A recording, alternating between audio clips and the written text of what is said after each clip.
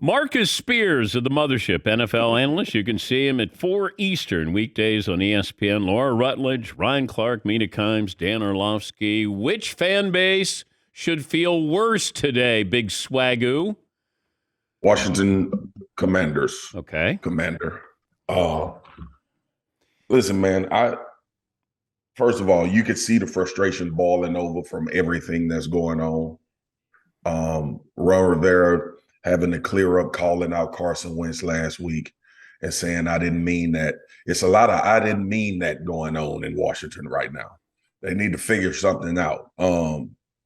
It's bad when you win a game and you do what Ron Rivera had to do in the locker room after the game. Like, so it just tells you about the culture, man.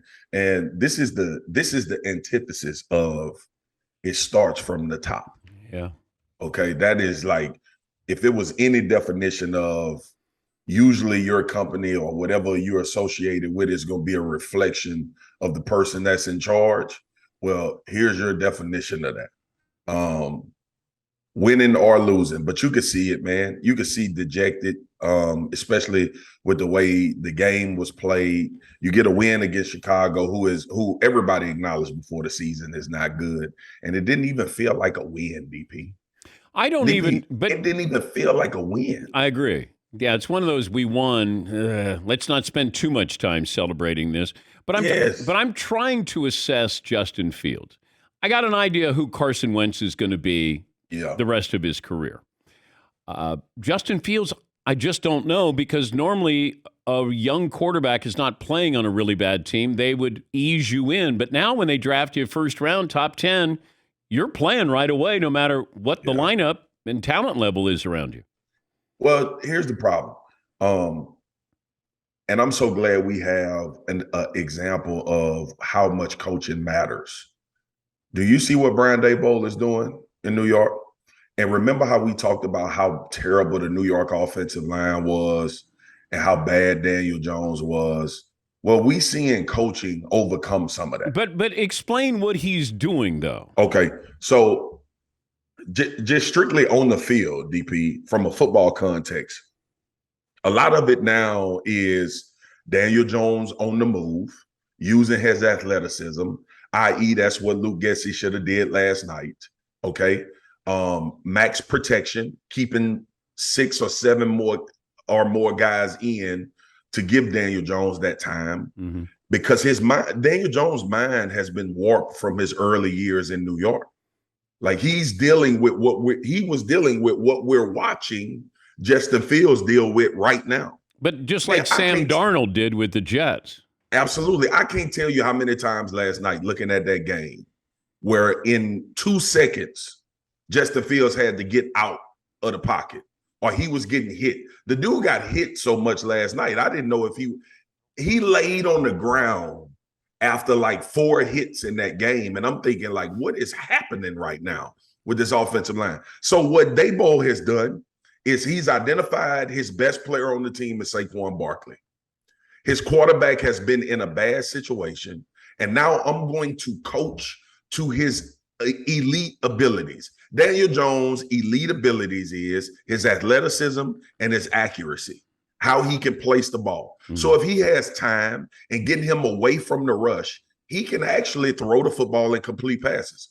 Unlike Justin Fields last night with Luke Getsy, you keep doing 3 and 5 step drops, standing him in the center of the pocket, knowing your offensive line isn't good, and you expect something to change. He's not there yet with throwing the ball with anticipation.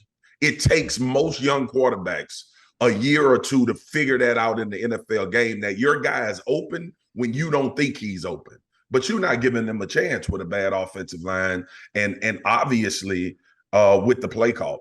Like, I just don't even, Dan, it was such a bad display of football last night on both sides. But I don't know if Justin Fields' mind isn't going to get warped in Chicago if they don't make a significant change with how they're playing and also get some personnel around him. Great throw to Mooney for a touchdown. He bobbles it. Yeah. A great throw on the touchdown. Like, the dude can throw. And we know he's an elite athlete, but they keep dropping him in the center of the pocket. and just telling him to stand there and play football. And I don't agree with that. Even though he can do it, his team is not where it needs to be yet for him to be able to do that. He's Marcus Spears from the Mothership. You can see him on NFL Live weekdays at 4 Eastern. Troy Aikman's quoted as saying that the Cowboys should look at keeping Cooper Rush as the starting quarterback if he happens to win this game against Philadelphia. DP, I knew you was going to do it. I knew you was going to do it, man. I don't know what the hell wrong with everybody. Okay, listen, this is as simple as this.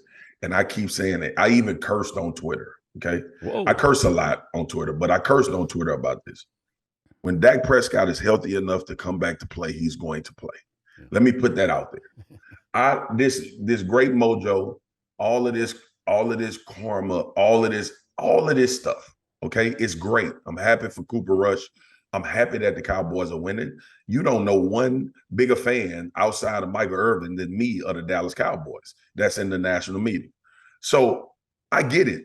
And I'm excited about what Dallas has done. I think Kellen Moore deserves as much credit as anybody because he's actually had to kind of step his game up and figure out ways to get this offense moving.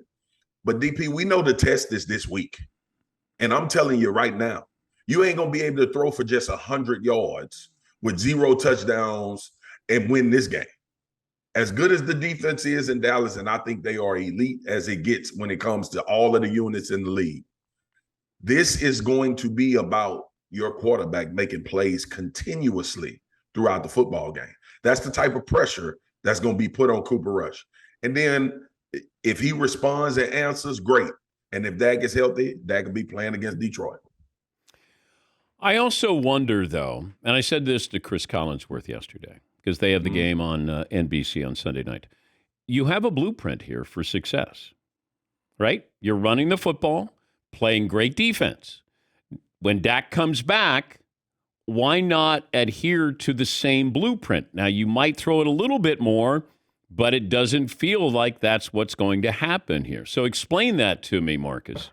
That's why me and you here, DP, because before Cooper Rush played a game, everybody was alluding back to remember last year when he played against Minnesota, or the year Dak got hurt, he played against Minnesota, and he threw the ball all over the yard and had a tremendous amount of success.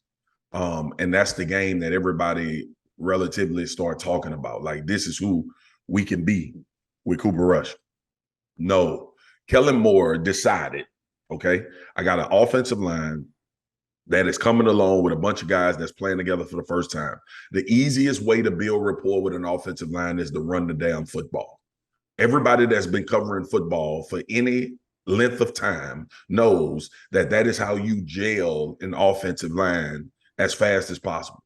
And then once you realize, or if you realize you can do it, you can build so much around that.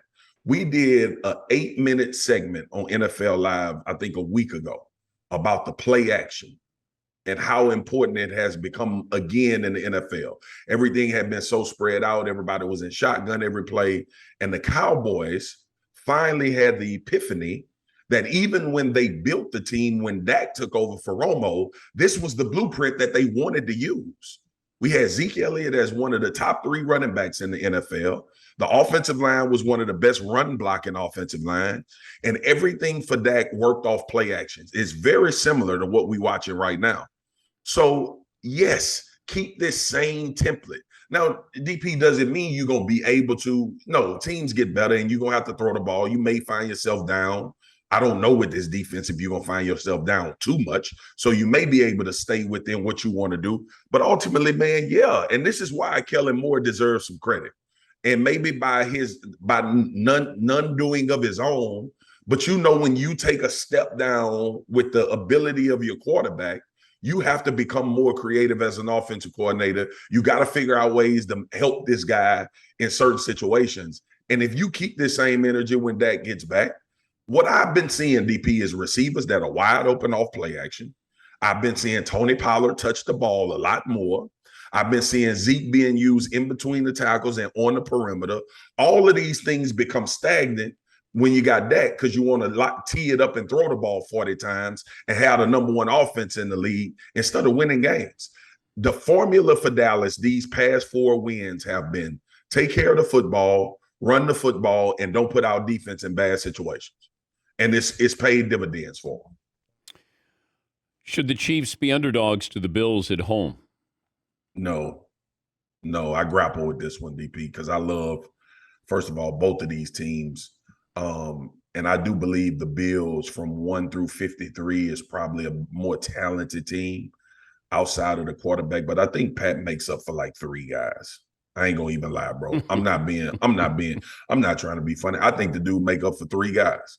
Like whatever you lacking, I think he makes up for it in a way. Now you can't overcome certain things as a quarterback, but his offensive line is solid. I know Brown gave up a lot of pressures to Max Crosby last week, but I really believe this team, like the Chiefs, man, I think we've just gotten tired of seeing the greatness of Patrick Mahomes and Andy Reid.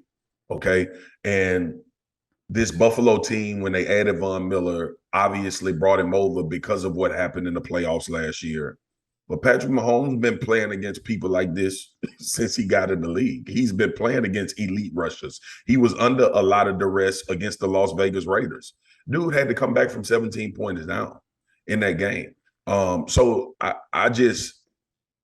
know we just can't get fatigued of it, man.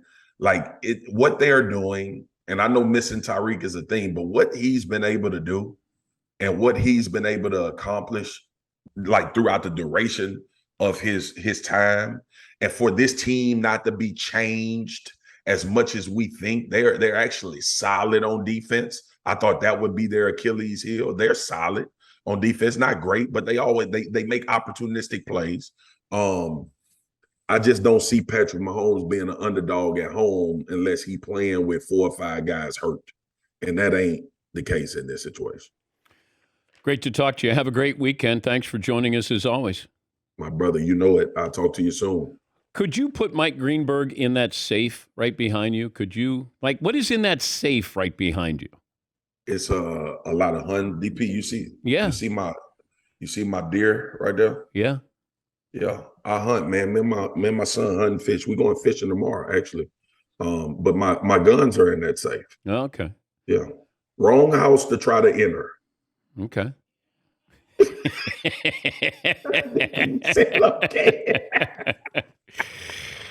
All right, my brother. Thank you, man. Thank you, brother. You know it. All right. Okay.